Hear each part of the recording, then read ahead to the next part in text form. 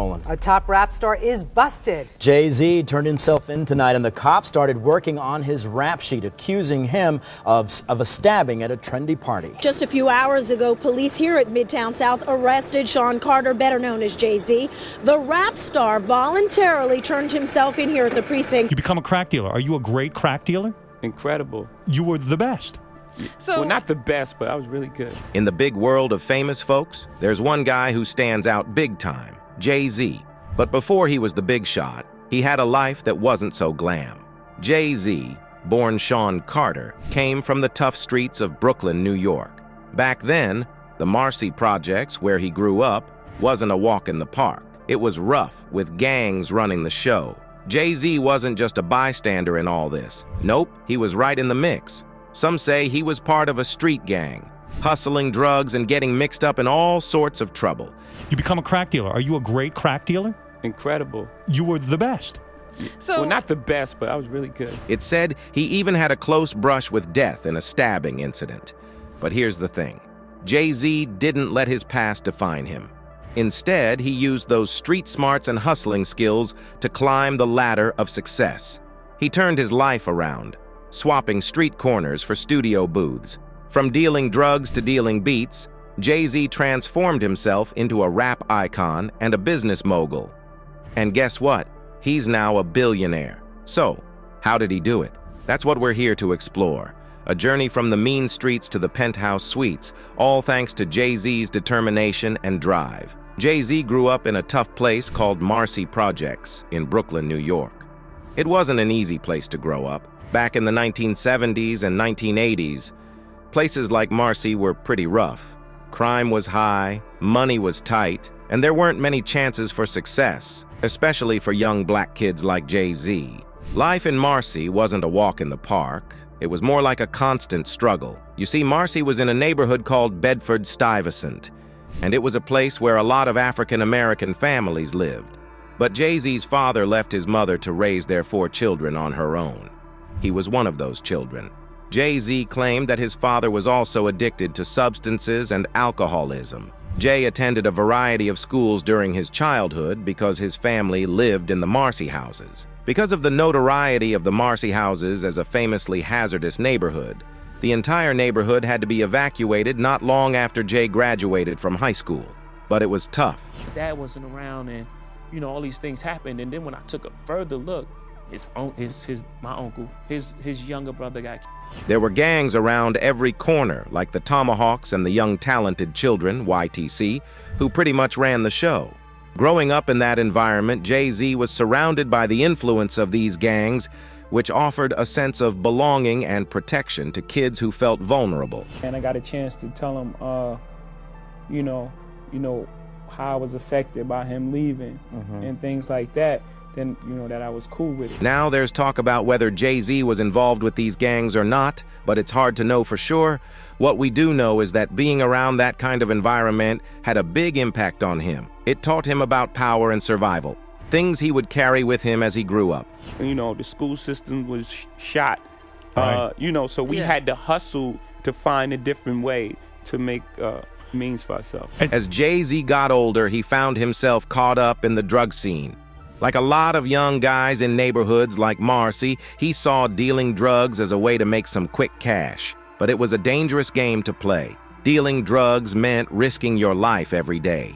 Violence was common, and you never knew who you could trust. But Jay-Z himself has been very outspoken about his history in an illegal pharmaceutical business. He has done so both in songs and in interviews. In an interview with Vanity Fair, Jay-Z revealed some personal details about his history, including the fact that he once sold substances to make ends meet. Jay-Z explained, "Crack was everywhere. It was inescapable. There wasn't any place you could go for isolation or a break. You go in the hallway, there are crackheads in the hallway. You look out in the puddles on the curbs, crack vials are littered." But Jay-Z has come clean and acknowledged that, despite making his living off of selling crack, he has never tried using it himself. And public came out for his support, as one of them commented, "If you've ever been around wealthy people who do drugs, it's actually very believable. A lot of them don't look it." Therefore, people believe that Jay-Z had to deal with the real-world ramifications of his father not being there for the family, and he successfully fought his demons. But when Shawn's older brother Eric became addicted to crack, Shawn felt the need to support the family, so he took to the streets and began selling the same drug that had gotten his brother hooked in the first place. You become a crack dealer. Are you a great crack dealer? Incredible. You were the best. Well, not the best, but I was really good. Jay-Z has revealed that throughout these years, he and everyone else in his immediate environment were taking crack cocaine, but he never even touches the substance himself. However, the amount of substances he was selling was unbelievable. Greenberg, a writer, wrote, "One person who spent time with both Jay-Z and DeHaven during the early 1990s estimates that Jay-Z was moving a kilogram of cocaine, a $12,000 value before the fourfold street markup, per week. He was definitely involved in the narcotics game," says the source, who asked to remain anonymous. There's no denying that. Jay-Z explained during an interview how he got a gun to shoot Eric. "I went to someone's crib, someone's house, and got it. Guns were everywhere. You didn't have to go far to get one. Just everywhere. But the main reason behind shooting his brother was a ring. Jay-Z's brother Eric stole his ring, and that's why he shot him without controlling his anger." I guess his brother kept stealing Jay-Z's jewelry. So at one point, I guess Jay-Z pulled out a gun and ended up shooting his brother, I guess in the arm or something like that. Yeah, it was my gun. And so it was your gun. Yeah. But luckily, Eric decided not to pursue legal action and even requested that Shawn pay him a visit the next day to the hospital. And Eric used the opportunity to apologize to his brother for the harm that his drug addiction had caused to their relationship. Jay-Z said in an interview, "I thought my life was over. I thought I'd go to jail forever. It was terrible. I was a boy, a child. I was terrified." But later on, in 2001, Jay-Z was arrested for possessing an illegal gun and involving some gang activities. Also, later on, it was also revealed by a neighborhood woman that keeping a gun in that area was not normal, which ruined Jay-Z's claim. The woman said, "It's like he was trying to normalize me, that's a lack of sensitivity." But Jay-Z's arrest started when Jay-Z's bodyguard Hamza Hewitt was allegedly discovered to have a loaded weapon concealed in his waistband at a club. Jay-Z was detained after being apprehended outside of a Manhattan nightclub on accusations related to the illegal possession of firearms. But at that time, Jay-Z's attorney was very confident that he would be released soon.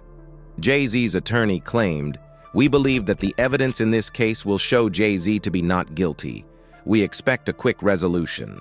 I would like to point out that numerous other celebrities have often used armed security guards. And it actually happened he was very soon out of prison. However, all stories agree that Shawn found the whole thing to be very frightening. Even though he was involved in additional gunfights over the course of his life, the first time he ever actually fired his weapon at a living human being was his brother. I'm glad it didn't have to take for me to be in jail for like 7 years to be like, damn. Now then came the attack on Rivera, 2 hours after Jay-Z performed at a listening party for Vol 3. Life and Times of S. Carter at Irving Plaza. Employees at the Kit Kat Club said that Jay-Z was at the club that night with Ice-T, Eve, Sean Puffy Combs, and other hip-hop artists. According to several people with knowledge of the rap industry, Jay-Z felt that Rivera was distributing illegal copies of his next Rockefeller Def Jam album, Vol. 3, The Life and Times of S. Carter, which is not scheduled to be released until. A top rap star is busted. Jay-Z turned himself in tonight, and the cops started working on his rap sheet, accusing him of a stabbing at a trendy party. After that, Murray Richmond, Jay-Z's defense attorney, stated that he obtained a videotape filmed in December at the Kit Kat Club that shows Jay-Z standing to the side throughout the fight and wasn't involved. He's not involved in this, period. He was at the club? That's my only comment. He wasn't involved in this. So it was someone else that did the stabbing and the hitting? I didn't say that. I said he was not. Before this incident, Jay-Z and Rivera had a professional rapport. Rivera, a key figure in entertainment and Un Rivera Productions, even co-produced a song for Jay-Z's 4th album. They shared a history rooted in Brooklyn and mutual respect in the music business. However, everything changed dramatically one night. Jay-Z found himself at the center of a police investigation after Rivera was severely injured, allegedly by Jay-Z himself.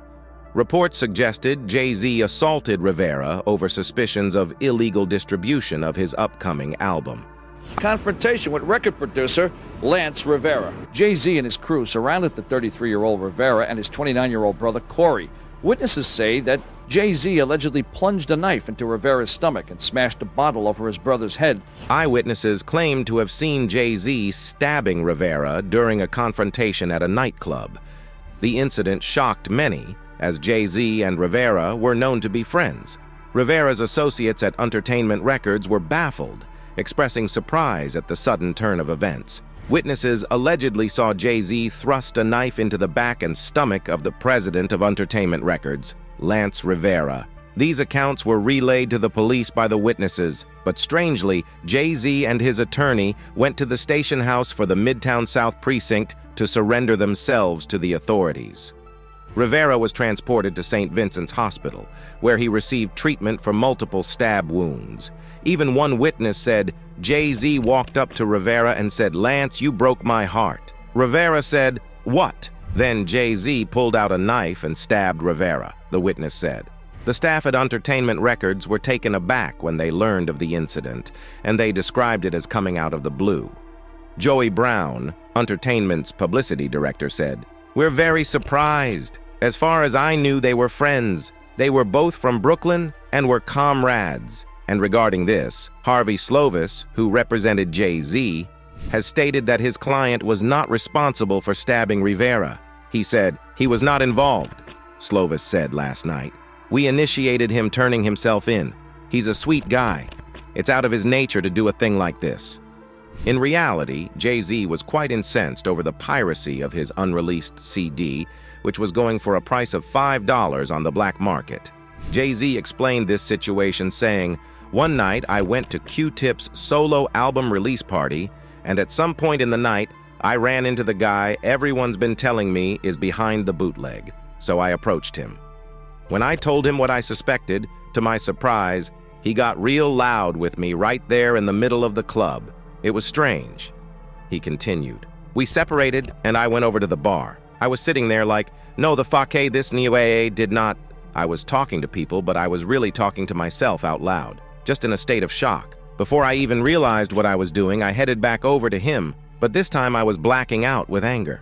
Jay-Z, through his attorney, denied his involvement in the stabbing, attributing the altercation to his anger over bootlegged copies of his music. Despite his denial, Jay-Z faced serious legal consequences, including charges of assault. 2 counts of first-degree assault and 2 of second-degree assault were filed against the rapper. After being arraigned at 2:30 in the morning, he was able to post $50,000 bail and go free later that day. On December 6, 2001, Jay was given a 3-year probationary term after pleading guilty in October 2001 to a charge of third-degree assault. During that time, he was not allowed to leave the state of New York without the approval of his probation supervisor. Before entering the plea, he faced up to 15 years in prison if convicted of felony assault in the second degree. After Jay's arrest, Rivera filed a civil action against him, but they ultimately settled out of court for roughly $1 million, and Rivera never filed the suit. In a surprising turn, after 24 years, Rivera came forward with a revelation that stunned many. In an interview, he clarified that Jay-Z was not the one who stabbed him that night. Instead, he described being attacked by a group of individuals, absolving Jay-Z of direct involvement in his injuries. Rivera's revelation sparked questions about the accuracy of previous accounts and the lack of clarity surrounding the incident. Despite legal proceedings and media coverage, the truth remained elusive for decades. A recent interview on Vlad Rivera revealed that Jay-Z never stabbed him, but there are other people. Rivera said, "I ended up getting surrounded by a bunch of people. It was probably 10 knives that I knew of, and I ended up getting stabbed." I ended up getting surrounded by a bunch of people. It was probably 10-9. When Vlad asked Rivera whether or not Jay-Z had stabbed him, Rivera said emphatically, "No, Jay-Z was not the guy that actually stabbed me that night." Was Jay-Z the one that actually stabbed you? No. Jay-Z was not the guy who actually stabbed me that night. Rivera has acknowledged that he and Jay did, in fact, talk on that particular evening, but he now offers his point of view of the interaction. "Me and Jay-Z had a conversation right before I got hit in the head with a champagne bottle. It was a brief conversation, and I was looking at him like, 'What are you talking about? You know you fucking the money up right now.'" Still, Jay-Z kept pushing forward. He had dreams of making it big, not just in the streets, but in music. And that's where he found his escape. Music became his way out, his chance to leave behind the darkness of the streets and build a better life for himself. In Marcy Projects, Jay-Z learned some tough lessons. He learned about resilience, about never giving up, and about chasing your dreams no matter what. Despite all the obstacles in his way, he never let his circumstances define him. He worked hard, honed his skills, and refused to let anything hold him back. And you know what? He made it. Jay-Z rose from the streets of Marcy to become one of the biggest names in music and business. His story is a reminder that no matter where you come from, you can still make something of yourself. It's a message of hope for anyone who feels stuck in a cycle of poverty and despair. So when you think about Jay-Z, remember where he came from. Remember the struggles he faced and the obstacles he overcame. And let his story inspire you to keep pushing forward no matter what life throws your way. Because if Jay-Z can make it, maybe you can too.